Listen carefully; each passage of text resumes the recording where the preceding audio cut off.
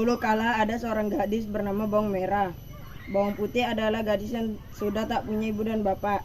Ia hidup bersama ibu tirinya yang juga punya anak yang usianya lebih muda darinya, yang bernama Bawang Merah. Bawang Putih selalu dibebani dengan pekerjaan yang berat dan ia sering diperlakukan dengan buruk oleh ibunya. Bawang Putih! Bawang Putih, kau jangan bermalas-malasan saja di rumah. Kau harus membersihkan rumah dan bereskan rumah setiap hari. Bawang Putih, Bawang Merah. Bawang Putih, kau harus bangun pagi-pagi dan menyiapkan makanan dan hal lainnya. Mengerti kau?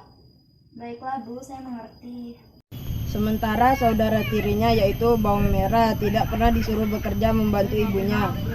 Pekerjaannya sehari-hari hanya bersolek dan bermalas-malasan. Ngapain bekerja keras? Biarkan saja Bawang Putih yang melakukannya. Dulu aku juga sering melakukannya, sekarang gantian dong. Bawang Putih juga diperintah mencari ranting kayu bakar untuk menanak nasi dan memasak. Namun gadis ini tak pernah mengeluh. Ia jalani hidup ini dengan tabah, walau kadang ia merasa tidak diperlukan adil oleh ibu tirinya. Sementara Bawang Merah dibiarkan begitu saja. Apabila ada kesalahan sedikit saja, ia langsung dimarahi oleh ibu tirinya. Bawang Putih, ingat jangan ulangi lagi kesalahanmu. Dasar gadis bodoh, jelek. Maafkan saya, Bu.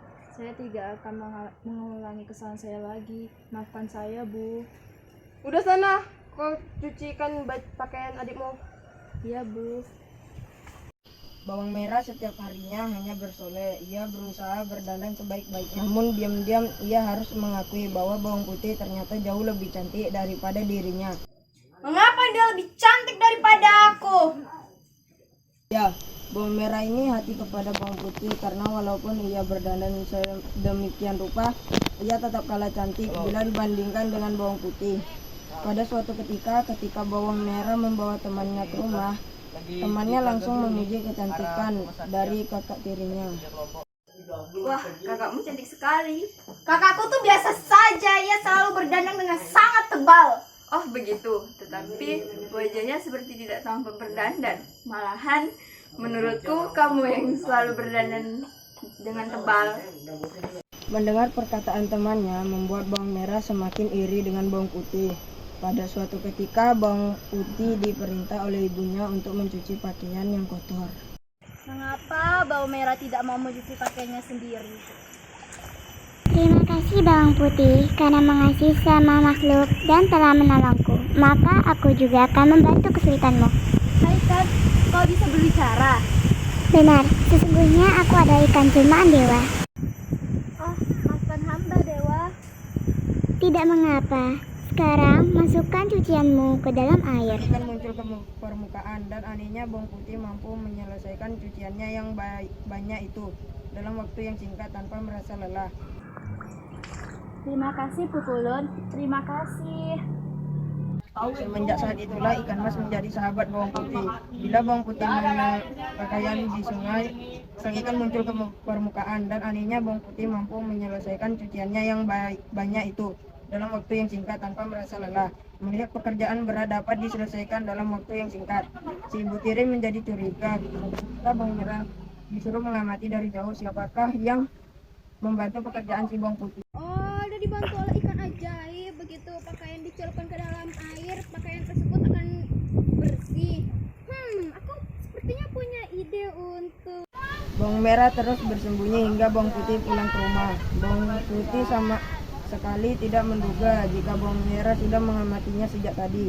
Esok harinya, pagi-pagi Bawang Putih disuruh mencari kayu bakar dan air untuk memasak. Sementara Bawang pergi ke sungai sambil membawa cucian.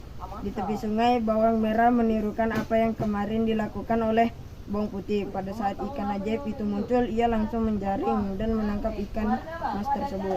Ikan mas, muncullah. Lepaskan aku. Ibu, aku telah mendapatkan ikan ini. Wah, ikannya besar sekali. Pasti lezat kalau dipanggang. Ah, jangan dipanggang, Bu. Jadi apa yang kau mau lakukan? Digoreng saja, pasti lezat. Baiklah, serahmu. Lalu bagaimana itu Bawang Putih? Kurasa dia juga akan mendapatkan bagian dari ikan ini. Bagian apanya? Bagian tulangnya. Demikianlah ikan itu mereka bawa ke dapur, disembelih, dikeluarkan kotorannya, lalu digoreng di wajan dengan minyak kelapa panas mendidih. Setelah cukup masak, ibu dan anak itu memakan hingga habis dagingnya. Hati-hati kau tetap ikan ini biar bawang putih nggak menyangka kalau ikan digoreng. Iya ibu. Ketika bawang putih pulang sehabis mencari kayu bakar, mereka pura-pura berbaik hati. Mereka sediakan nasi di atas meja, lalu bawang putih dipersilahkan makan. Bawang putih, kemarilah. Ini ada lauk. Cepat kau buka dan kau makanlah. Terima kasih. Ibu dan bawang merah sudah makan. Cepat kau buka dan makan saja, itu tidak usah banyak tanya. Baiklah. Ikan emasku, kenapa kalian membunuhnya? Ibu dan anak itu hanya tertawa-tawa penuh kemenangan. Tanpa banyak bicara lagi, bawang putih membawa duri ikan itu ke halaman rumah dan menguburnya dengan hati-hati. Esok harinya terjadilah keajaiban di tempat ikan itu dikubur. Telah tumbuh tanaman bunga yang indah. Bawang putih merawat tanaman itu dengan penuh kasih sayang. Pada suatu hari, ada pangeran kerajaan disertai patih dan pengawal yang melintas di tempat itu. Pangeran sangat tertarik atas keindahan bunga yang sedang mekar di halaman rumah bawang putih. Pangeran turun dari kudanya dan bertanya, siapakah yang menanam bunga itu? Begitu melihat ada seorang pangeran memasuki halaman rumahnya, seketika bawang merah dan ibunya segera menyambutnya dengan tergopoh-gopoh.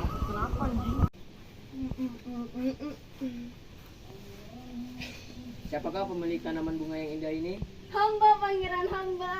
Benarkah kau yang menanamnya? Benar, pangeran. Melihat ada tamu penting, bawang putih ikut keluar rumah.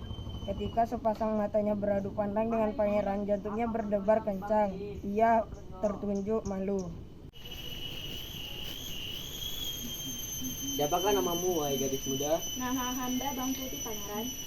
Oh, ternyata kau yang bernama Bawang Putih. Aku sudah lama mencarimu karena mendapatkan bisikan dari sama adikku yang berkata bahwa orang yang bernama Bawang Putih adalah calon istriku. Pangeran, dia hanya seorang pembantu. Apakah kau bawang merah? Benar, pangeran. Bawang merah, kau dan ibumu akan terkena kutukan karena telah memakan ikan jelmakan dewa. Tubuhmu akan mengeluarkan sisik-sisik seperti ikan. Ampunkan aku, wahai para dewa. Aduh, gatal sekali kulitku. Ibu, tolonglah anakmu ini. Ibu, pergi kemanakah kau? Diajeng Bawang Putih, maukah kau menjadi calon istriku? Aku bersedia, pangeran. Bawang putih mengangguk pelan, wajahnya tertunduk malu. Demikianlah bawang putih yang baik hati dan senantiasa bersabar atas derita itu akhirnya diboyong ke istana untuk dijadikan istri pangeran. Mereka hidup berbahagia hingga akhir hayatnya.